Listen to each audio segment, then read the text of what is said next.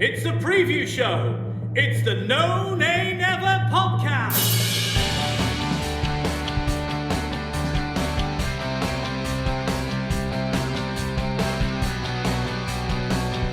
Hello and welcome to the preview show brought to you by the No Nay Never podcast. It's Saturday morning. We are a little behind schedule this week, listeners, owing to a few things that have conspired against us this week. But we're still here. Dave and I usually record this slot on a Thursday night for a little bit of behind the scenes footage. But instead, we've got our cups of tea. It's early Saturday morning. The sun is shining and it's match day. Before we get into that, though, we obviously need to have a quick look back on that disappointing game against Chelsea, particularly that collapse in the second half. So we stole No Nay Never analysis short member Tom Whittaker.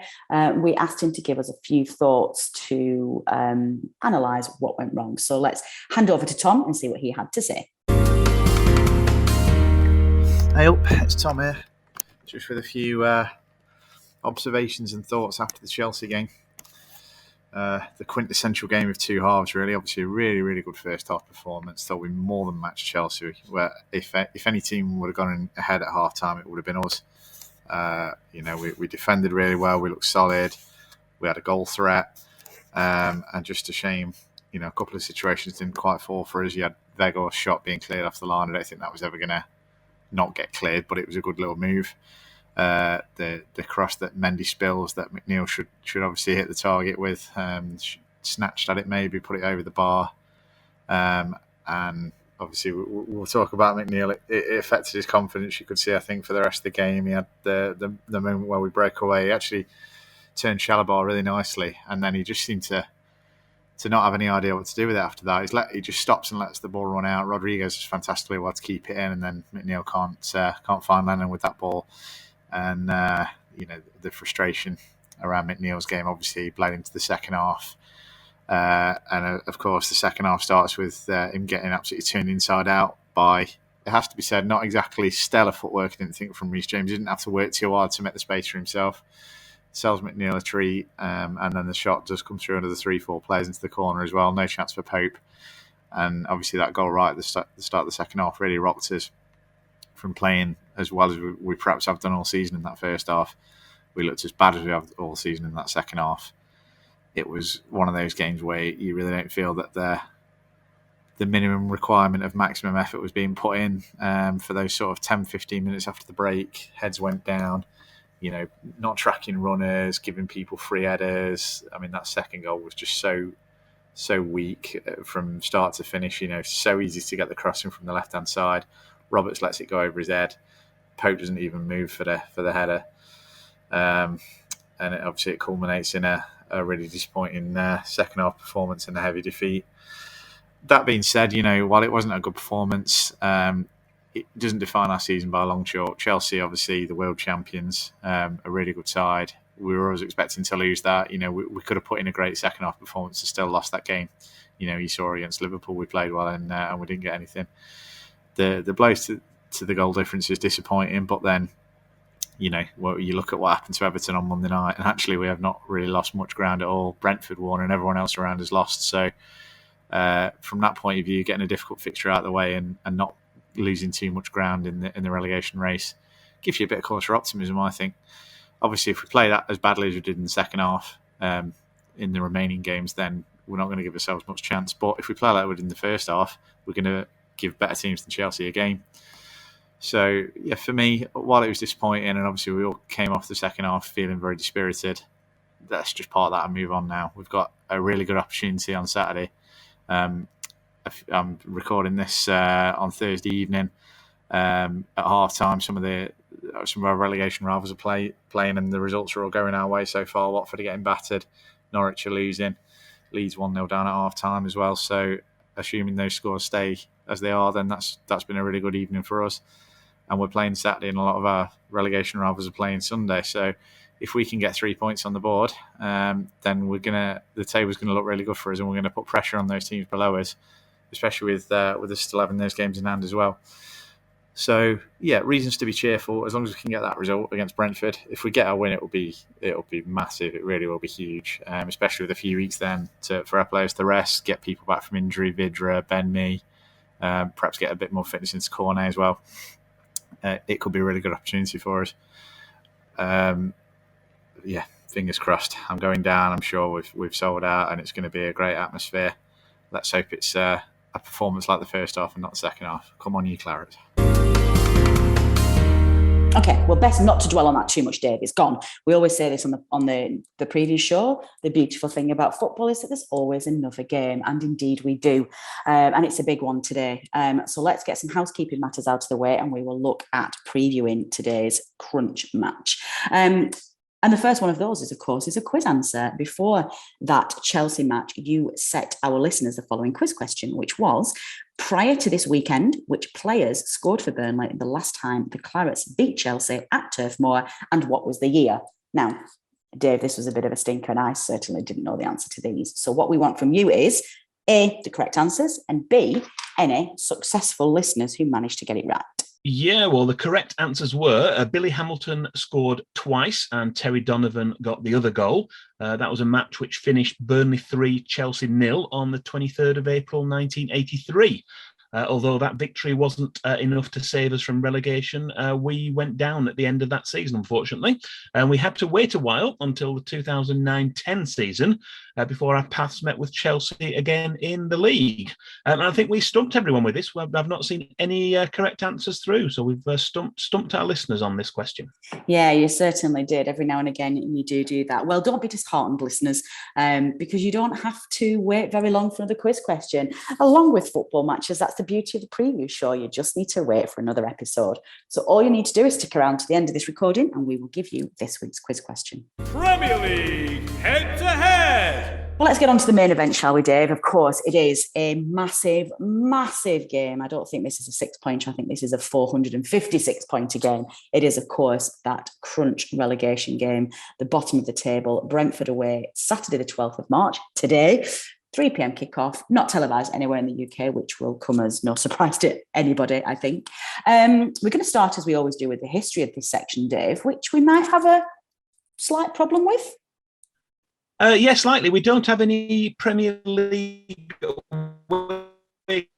games to look at, which is what we normally do this section. So we're going to go back a little bit further. In the Milber, we did mention in the match preview it was our first ever Premier League game between the two teams. Before this campaign, Brentford had spent 5 seasons in the top flight. They were the 4 seasons immediately prior to the Second World War and the one just after it. But they were relegated in 1946-47, with Burnley going the other way. We were promoted back to the top flight at the end of that season and changed places with them. And this is the first ever season our paths have crossed in the top tier of English football. They've had quite a wait to come back. That's 74 years. We thought our wait from 1976 to 2009 was a long one of 33, but Brentford fans have certainly had to be very patient. So instead, we're going to take a brief look back at our away trips to play at Brentford since the year 2000. In April 2000, Burnley were pushing for promotion. We trailed 1-0 at half-time to a goal from Lloyd Owusu, but 3 goals in a devastating 15-minute spell, 2 from John Mullin and 1 from substitute Ian Right, helped Burnley to a 3-2 win. Scott Marshall scored late on for the hosts. And then in January 2003, second half goals from Robbie Blake, Paul Cook and Glenn Little ensured we won 3-0 in an FA Cup 4th round tie. And then in January 2016, we were treated to a magnificent Friday night in front of the Sky TV cameras. And that meeting at Griffin Park is also the focus of our next section, the memory match. Excellent. Well, why don't you delve straight into that then, Dave, and start with that memory match? Memory match! After a little bit of a wobble around Christmas, Burnley put a 3-0 defeat against Hull City on Boxing Day behind them. After that, the Clarets promotion juggernaut moved effortlessly into top gear, and we showed the rest of the division just who was most deserving of a place in the top flight. There were some very memorable performances during the second half of the 2015-16 season, but the first 45 minutes at Griffin Park were absolutely sensational. You may recall that there was some controversy prior to kick-off as Brentford's central defender James Tarkowski was left out. There have been some links to other clubs, including Burnley, and he would eventually join the Clarets a few weeks later at the end of the January transfer window. Burnley played some blistering football, and there were some well-taken goals from Scott Arfield and George Boyd, with a masterful Joey Barton free kick in between. We had to catch our breath at half-time, such had been the dominance in the first 45 minutes. The second half was slightly more subdued, and Alan Judge pulled a goal back for the home side.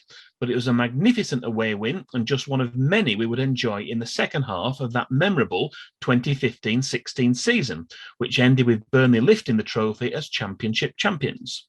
God, I loved that season, particularly that second half. I wouldn't give to have another season like that. On this day! What about on this day then, please, Dave? What do we have for that? We've got a bumper collection of 27 past matches on the 12th of March, and we're going to pick and choose this time and focus more on the wins, of which there have been 10 on this date in years past. After a draw and 2 defeats in our first 3 games on the 12th of March, we strung together 3 consecutive home wins in the 1920s. Those home wins were a 1-0 victory over Arsenal in 1921, a 2-1 win over Bolton Wanderers in 1923, both in the league, and then a 3-1 win over Swindon Town in the FA Cup in 1924. Following a draw and a defeat, Burnley's 4th win on this date was a 2-0 home victory over Swansea Town in 1938. We suffered a 1-0 away defeat to Huddersfield Town in 1949, but won both our games for the 1950s. In 1952, Les Shannon scored the only goal in a 1-0 win at Manchester City. Burnley's Billy Elliott was sent off late in the game, a rare event in those days, by referee Fred Thurman, not for a bad challenge, but for what was described as a look of intent. Oof. And in 1955, Bill Holden scored both goals in a 2-0 home win over Sheffield Wednesday. In 1960, Burnley contrived to let a 3-goal lead slip in the FA Cup. As visitors, Blackburn Rovers scored 3 goals in the last 15 minutes, starting with a controversial penalty to draw 3-3 and earn a replay, which Burnley eventually lost. Our next 2 games on the 12th of March were both 1-0 home wins, as Willie Morgan scored the only goal against Newcastle United in 1966, and Malcolm Smith did the same to Sheffield United in 1977. In 1983, Turf Moor hosted an FA Cup 6th round tie against Sheffield Wednesday. Burnley were awarded an early penalty, but Steve Taylor's weak spot kick was saved. Gary Bannister scored for the visitors, but Tommy Cassidy netted the equaliser just after half-time, and the tie went to a replay, which Burnley lost 5-0 at Hillsborough. 2 years later, in 1985, Ray Deans scored late in the game to give visitors Doncaster Rovers a 1-0 win at Turf Moor. That just leaves us with 10 more matches on this date between 1988 and 2017. But these 10 games have only resulted in 2 victories. In 2005, we managed a 2-1 home win over Rotherham United with goals from Tony Grant and Frank Sinclair. All 3 goals were scored in the first 15 minutes, with Burnley trailing after 4 minutes before finding the net twice in the next 10. And in 2016, there was another impressive away performance and victory against Huddersfield Town, as goals from Stephen Ward and Sam Vokes, as well as a trademark Ben Mee header, helped us to a 3-1 win, with all the goals coming in the first half. Our most recent match on 12th of March 5 years ago was in 2017 and was a 2-1 defeat to Liverpool at Anfield. Despite taking an early lead through Ashley Barnes, the home side came back with goals from Jorginho Wijnaldum and Emre Can. So to summarise, our overall record on the 12th of March is played 27, won, drawn 7, lost 10, with 36 goals for and 39 against. Good stuff. Scouting report. Well, let us get right back up to the present, shall we, Dave? Because we finished with our history section. So why don't you talk to us about what's happening here and now, starting with our scouting report?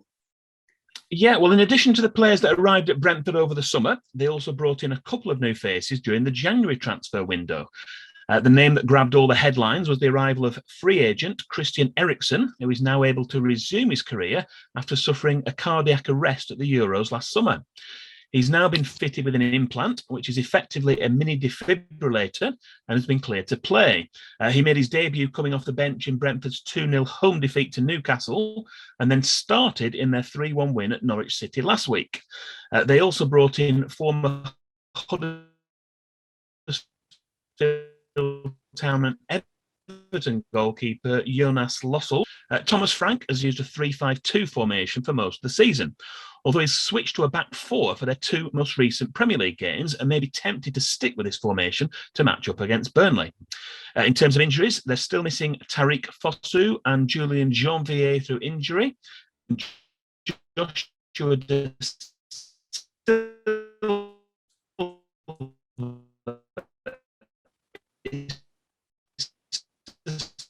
suspended following his red card against Newcastle. This is like Ivan Toney, who, as well as being Brentford's top goal scorer with 9, is also their leading point scorer in the FPL with 95. Well, you've heard our thoughts, listeners, about our opposition today, but we do like to give you a bit of balance here in the preview show, and we like to do that by speaking to our opposition fans.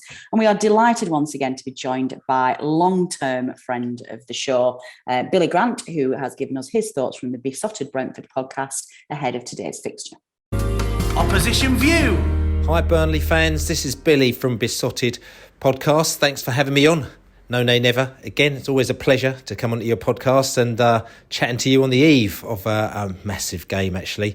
A massive 6-pointer. Both our teams want to get the 6 points from this game. It's not 3 points, it's a 6-pointer, as we say, because it's so huge. So, yes, I think there's going to be a lot of nerves, and there's got a lot of people in the pub very early on Saturday. We'll be in the Globe in Brentford, which is the place we always used to drink, and we'll be inside there nice and early having a few beers and getting ourselves ready for the game. So listen, game on Saturday. I mean, what's it about? Brentford. I mean, let me just come back to where we've been at. I mean, since we played you, I mean, I've got to talk about that game that we played you. I mean, I'll have to first of all say it was such a day out because there was what's a rail replacement service, I remember, on that one, and we thought that's going to be a bit of a laugh because we had a right good laugh on the train, have a few beers and a few drinks and have some jokes and, you know, all sort of kind of getting together, a bit of camaraderie, and then we'll get up to Burnley and then we'll watch the game and then come home, and it was the worst day out ever. I mean, the train took 5 hours or nearly 6 hours to get there. It was cold, it was wet, it was rainy, you know, it took about 2 buses and a train and it was horrendous, like, you know. And eventually when we got there, we walked inside the stadium and Burnley, for some reason, turned into Barcelona for the day. I don't know what was going on there, but I thought they were brilliant. Absolutely brilliant. They were playing the ball on the deck. They were, you know, really pressing us hard. You know, Chris Wood had the game of his life. I thought Maxwell Cornet was absolutely fantastic, you know, and we just put our hands up, you know, as Brentford fans said, we've got absolutely done. On that day, we went back. It took us another 6 hours to get home as well. So it wasn't the best day out, it's got to be said. And even though we do kick football out of football, and normally, you know, the beers before and the beers after is what we've always done to sort of kind of make our day out good. That day, the kick football out of football didn't really work for us that day. So fair play to Burnley. And I thought that you'd actually really kick on after that. And I was really surprised when somebody told us on our podcast with Beesotted, Pride of West London, Pride of West London, you'll check that out. I was really surprised when somebody said to me that you actually didn't win until fairly recently after that game as well, because I just thought that you look great. So I don't know what was going on there. But since then, you know, Brentford, that was right in the middle. Actually, it was right at the beginning of our period where, in effect, we had a load of injuries. Our goalkeeper, David Raya, got injured the day before we played you at Leicester at home. So he came off injured. And so we had our first game where we had our goalkeeper, Fernandez, who was our reserve goalkeeper, who I think we picked up on loan from somewhere in Spain. We didn't know much about him. And he was parachuted in for that game. And I'm not making any excuses for ourselves. And everyone gets injuries, I know. But I didn't realise how much a difference a goalkeeper out of your side is going to make, because in the next sort of 10, 15 games, you could just see the difference in our team, in the way that we played, in the way that our defence had sort of confidence inside him. He made some mistakes, the defence made mistakes, the team was just looking like a different team that it did in the first couple of months of the season. So we kind of bumbled our way through, got a few results, but we also got a lot of really bad results in that time, and our form plummeted. And everyone who's been fawning about Brentford, and you've probably heard it, Brentford are the best team in the world and all this kind of stuff, which is not true. It's just that we've come into this league very enthusiastic and we've been having right good fun. And all of a sudden, things had tailed off quite massively. And the injuries that we thought that we might get in January and February actually turned up in October. So we had, obviously Josh Silva's been out for a year. We had all sorts of defenders out. I think we were down to our 6th centre-back at one stage, Charlie Good, who actually played up at your ground as well. So he was actually in defence. Ivan Toney was out. Brian Mbumo was out. I think Sergio Canos was out. Rico Henry was. Honestly, we had so many injuries, and it really rocked us at that stage. But we still managed to get a fair few results in that period. We beat Watford, which was a key game to have beaten them. We also beat Aston Villa as well at home, and then we just basically was fingering the damn time trying to get whatever else we can get out of that. And it hasn't been the best couple of months of watching football, and I have to admit, being a person who's been watching Brentford play in the lower echelons of the Football League for 40 odd years, everyone's told us the Premier League's just very different, when you first go up there, and it's like, you start to celebrate when you've won one game, and, we're celebrating sort of winning one game a month or one game every 6 weeks, which to me is, well, actually we hadn't even won a game in 2 months before that Norwich game, and it is very different, I have to admit, and it can be quite soul destroying. And if you start off on a bad run, like some teams have, I can imagine how soul destroying it must be for them. So we've just been mucking in there and just trying to get in there. But we've had a number of plus points, because I've always said, and I said that, I didn't ever think that we're going to go down. We still might do, but I didn't think we would, because I think that we've got enough fuel in the tank. We've got some decent players, and I think they're all going to be starting to come back from injury, and I thought they were going to come back in April.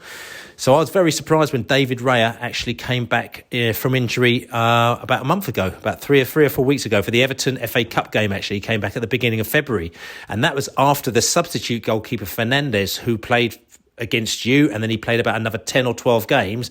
We ended up having to buy another substitute keeper, so we bought another sub-keeper in from Denmark to replace the sub-keeper that we had. So that was kind of the situation we were in.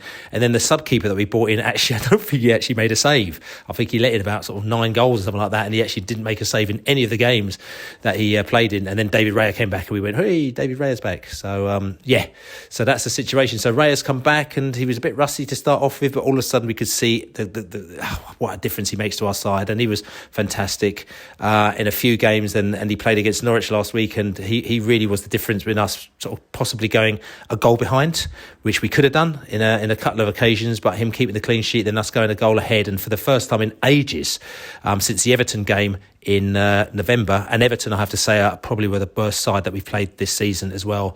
So we went ahead in the Everton game, and other than that, I think this is the only game we've actually got ahead in, so that was quite interesting, which is the Norwich game. So we played Norwich on Saturday, very different side than before. We were playing on the front foot. We had a lot of confidence. Christian Eriksen, who you've obviously heard a lot about, it's been great to actually see him in the side. He made his first start for the Bees as well, and he looks brilliant. It's just kind of what we need, a player who puts his foot on the ball, who's got confidence on the ball. He plays some fantastic passes, and you can see that he's just giving our side confidence, which we've been massively lacking.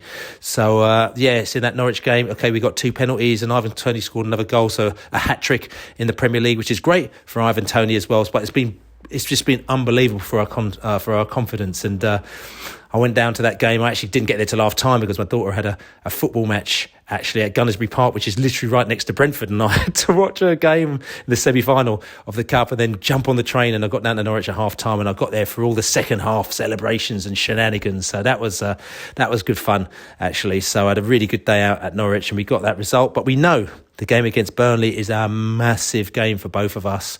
We know that we're never going to underestimate you, Burnley, as a team, because you could pull out results out of the hat. You got that result against Tottenham the other day. You also know how to I'd love to dig in hard. You've been in this division for years, so you know fools, and there's no messing about. So we're not going to take this game lightly. I mean, there's a little bit of a fear from me, because at home it's definitely not Fortress Griffin Park as we used to have at our old stadium. This isn't a fortress at this stadium here. So, we've had a few decent results here, but, if we go behind, we find ourselves having to sort of dig ourselves out of a bit of a hole. And we've been going behind very many times this season. I think over 20 times this season, probably even more than that, this season. So we're going to have to get ourselves on the ball to make sure we don't do that. But saying that, the players our defence is looking much better than it has been doing over the past couple of months since our players have come back and David Raya is back.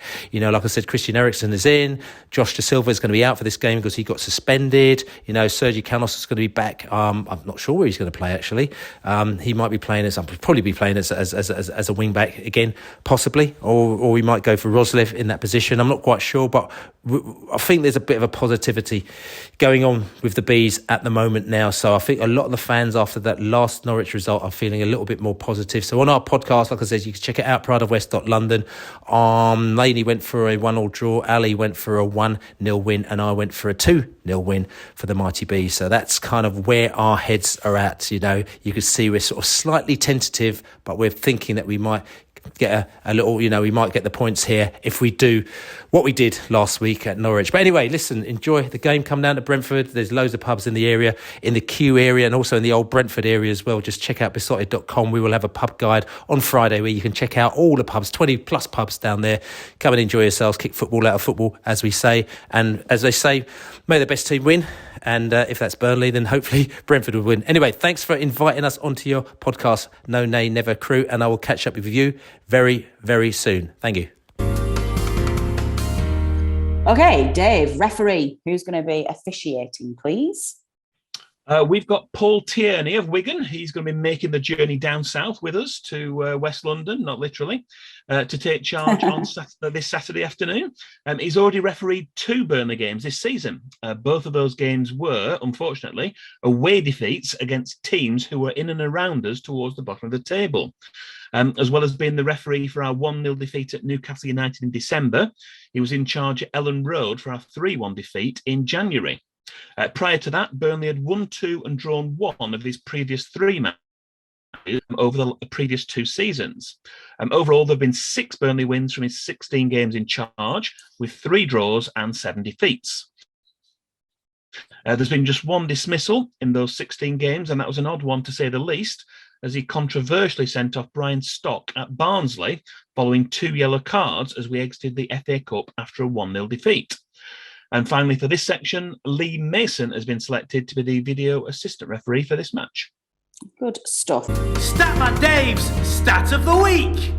Well, I know you don't like to leave it there, Dave, because I know you like to treat our listeners. So why don't you please delve deep into those pockets of yours and let our listeners have your miscellaneous Stat of the Week. Yeah, this week's Stat of the Week is related to Premier League away wins. To date, Burnley have won 30 away games in the Premier League, and 10 of those victories, exactly 1/3, have been against clubs located within the M25. To date, we've beaten Crystal Palace 3 times, Watford and West Ham twice, and we've had just 1 away win at Arsenal, Chelsea and Fulham. Burnley's win percentage in Premier League away games now stands at just a smidge over 20%, meaning that on average, travelling Clarets fans will experience 1 win once in every 5 or approximately 4 with just 1 away win so far this season. That was the excellent victory at Brighton. Hopefully. Good stuff. Sorry, I lost you there for a brief moment, Dave. Hence, there was a little bit of a gap there. I lost the signal. I thought you disappeared on me, but you're not. You're still here. Well, you know what I'm going to say tonight, don't you, Dave? Because this is the long-running debate between you and I on the preview show. Is this week the week where we get you to concede that this is a must-win game? Are you still there, Dave? Can we hear you? I'm here, yes. I said, no, it's definitely not a must-win game. Sorry. Listeners, I'm so sorry. We seem to be having a few gremlins here. I can't hear Dave. We've all gone a little bit quiet here. I'm sat here twiddling my thumbs thinking, where's Dave gone? Oh, Dave, of course it's a must-win game. Tell us, listeners, why isn't it a must-win game? Well, the Orient game, that was a must-win game. When we played Plymouth in 1998, that was at the end of the season, that was a must-win game. We know that we've got a limited number of games left. I think we've got 12 games left, and I think 6 of those are against teams in and around us at the bottom. We're going to have to win some of those games, but 12 including games this one. Well, it would be very nice if we won this one. Yes, that would close the gap to them. It will take the pressure off us, move us slightly up the table, put pressure onto Leeds and Everton. But in isolation, as a single game, it is not a must-win game. Well, I vehemently disagree with you, Dave. I'll tell you what, I looked at the table last night when I was looking at this. We've got to look at today's game in the context of the fact that Leeds are playing Norwich. And at the moment, it certainly looks like teams who are playing Norwich are getting a free run at 3 points. So let's work on the assumption that Leeds are going to beat Norwich today. That puts them on, I think, 26 points. Burnley are only on 21 points and Brentford are on 27 points. If we just draw against Brentford today, that leaves the table with Brentford on 28, Leeds on 26 and Burnley only on 22, and we are running out of games. So to me, a draw just isn't enough. It's not enough to say that this is a must not lose. If we win today, that puts us on 24 points, keeps Brentford on 27 and Leeds on 26. And we have 2 games in hand on those sides. So actually, I don't think we do it on Leeds, we do on Brentford. So that to me absolutely puts it in the category of must win. What do we think about the likely starting formation, Dave? Do we think there's going to be any changes from Saturday? I think, if anything, we're probably likely to stick with the same side. We know now from the press conferences that Ben Mee won't be risked. I think they'll obviously, we've got a 3-week gap after this game. They'll be looking to get him fit for the Manchester City game after the enforced break and then the international break. And in terms of other players coming through, I'm not sure that we're necessarily going to make any changes.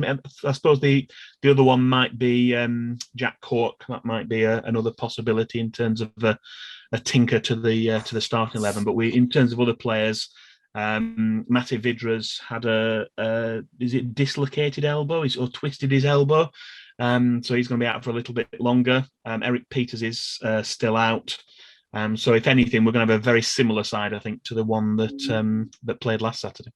Yeah, definitely. I am definitely pushing for Cork to come in that central midfield. I just thought that week where we got 7 points from 9 and obviously the landscape completely changed. It was no surprise to me that Cork played a key part in that. So let's go. We'll go on then, Dave. Give us a score prediction. I'm torn between a draw and sneaking an away win. No, come on, do it, Dave. Be positive. I think it's more likely to be a draw. Oh, a 1-1 draw. No, stop it. What are we? You know what? This is our 3rd season of the Preview Show, listeners. I've still not managed to drag young Dave into our positive mindset. I'm going to go for a Clarets win. I'm going to go for a comprehensive Clarets win. I think it's going to be 3-0. We can't say it's a Ben Mee header, but actually we're banned from saying those anyway. Who's going to score? I think Weghorst and Cornet will both be on the score sheet, and I think Brownhill. I'm going to say with the Brownhill. Listeners, you know the drill at this part of the Preview Show. We want your score predictions, actually. You might not be able to squeeze them in before the game, but do tweet us if you can. Send us a message tweet us at None and Ever. Put a comment on our Facebook page, or you can email us at previewshow@noneandever.net. I'm sorry, listeners, my phone started ringing then. It's a bit chaotic this morning, Dave, isn't it? This is what happens when we're late recording and it's a Saturday morning, we're all out of sync. So yes, and sorry, I'm thrown. So go on, listeners. Yes, send us your preview, please, ahead of today's game. Now, Dave, FPL, as we said in the Chelsea preview, we're a bit all over the place, aren't we? So what are our plans for an FPL update, please? We've got a 3-week gap before our next match. That's the home game against Manchester City on April the 2nd. And we're going to try and bring you a separate FPL update episode during the break to tide you over. I think there's games going right through until Thursday. So perhaps we'll record something next Friday and then get it out for the weekend. Obviously, there won't be a Burnley game, but if we can get a podcast out there, an FPL special, and see if we can get some contributions from some of our best performing FPL managers as well. Yeah, definitely. That would be good, because obviously we're not going to have any football content for a few weeks. So let's get that arranged. Keep an eye out on socials, listeners, and we will let you know when we have something for you. Statman Dave's quiz question. Okay then, Dave, we've got one last thing to do then. We've got a quiz question. What little nugget have you decided to leave our listeners with this week?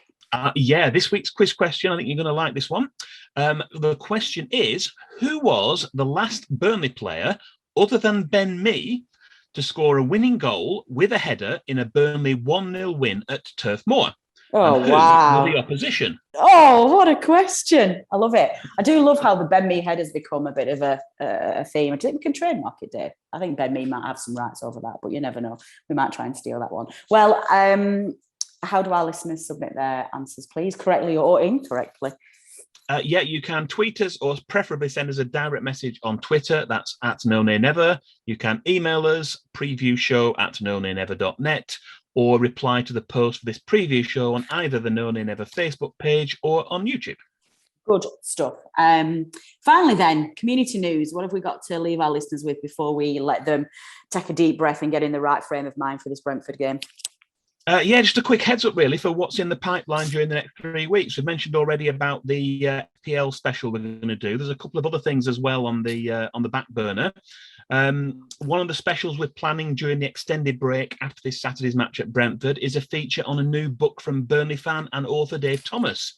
His latest Burnley FC related publication is due to be released by Fixture Publishing at the end of March. He's already published over 20 Burnley FC books. I think this is number 24 or 25. And this time he's heading back to the 1980s to provide some insight about a turbulent time at Turf Moor, which resulted in the appointment of a very high-profile manager, and includes some of the inside stories from that time, including the diaries of Burnley FC director Derek Gill. We're also hoping to bring you more details about an event that's planned to celebrate the 30th anniversary of Burnley's 4th Division title win in 1991-92. That event is a dinner to raise funds for the captain from that season, John Pender, who's been diagnosed with MND. We're hoping to hear from at least one player, and maybe more, who were involved that season and who will be there at the anniversary dinner at Turf Moor on the 30th of April. Good stuff. Yeah, they're keeping us busy, Dave. Here's me thinking we were going to have the luxury of 3 weeks off. But no. Oh, no. No, Dave's cracking that whip and we're getting some work done. Well, that is all we've got time for, listeners. We're going to leave it there because, you guys have got to get to Brentford and everybody's got to get in game face ready. My thanks as ever go to everybody who's contributed to creating the preview show, to Billy Grant at Beesotted Brentford for their opposition view, Turf Moor Stadium announcer Dominic Walker for his specially recorded preview show announcements, to Tom Claret, who's nipped over from the analysis show to contribute to the Chelsea analysis. Producer Matt, of course, who has given up his Saturday morning to very quickly edit this and get it out to you. And of course, Dave Roberts for researching our preview show episodes and bringing you all these fantastic wealth of stats. The preview show is Dave Roberts. It's his brand, it's his baby, and he does a significantly good job of doing it. Last but by no means least, thanks to you, the listener, for taking time to join us on this episode. Your support is very much appreciated, and we would not be here without you. We will be back next week at some point when we start looking at some FPL specials, so keep an eye out on socials for those. And the analysis show will be back next week looking at Brentford and basically looking ahead to the relegation run-in with those 3 weeks off. So do not miss that. It's going to be a emotional one, I think. Godspeed to all travelling clarets if you are on your way down to Brentford, and everybody do take care of yourselves and of others. One final point from us, the No Nay Never team and everybody associated with us, of course, are horrified with the conflict that's going on in Russia and Ukraine. Our thoughts and prayers are with all of the Ukrainian people, and we hope for a swift end to this pointless and horrendous conflict. We will be looking at how you can support Ukraine in the next coming weeks as well, so we'll get some things out on social media there, but in the meantime we firmly stand with the people of Ukraine. I've been Natalie Bromley. This has been the preview show brought to you by the No Nay Never podcast. Until next time.